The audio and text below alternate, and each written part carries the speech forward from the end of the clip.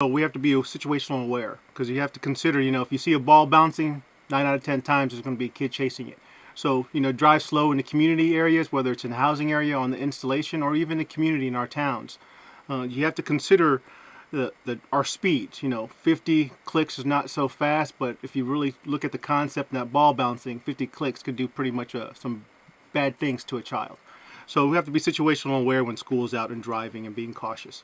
All right, and also, it just changes up the plans, I guess, all around. When school lets out, to everything is new, exciting. People are going on vacations. Yes. Everybody is just looking forward to what they have in front of them. So it's easy to kind of lose track of some of that, like we said, some of that common sense stuff. But let's talk about travel.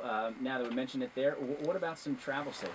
Well, you consider about the traveling, like we talked about, school's out, families out. We have 4-day weekends coming up, so folks like to get out and about with the gorgeous weather that we're about to have here in the next few months. So situational awareness, travel awareness, whether you're taking a train, bus, airplane, or even driving, check your environment, because there are bad people out there, and you have to be aware of that, so that way you're self-aware, so that your safety and security in your families are always safe. And then if you're driving, project the mileage. And you have to make sure you're rested well, because it's very, very bad that you start driving, you fall asleep at the wheel.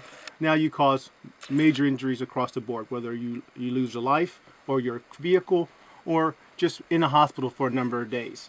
So, and then if you're tired and you get pulled over by the police, they can sometimes consider you, under the influence because you're so tired. So you have to project your mileage, project your hours of driving, and be safe. The general rules is, every hour take a break and then continue on to your destination.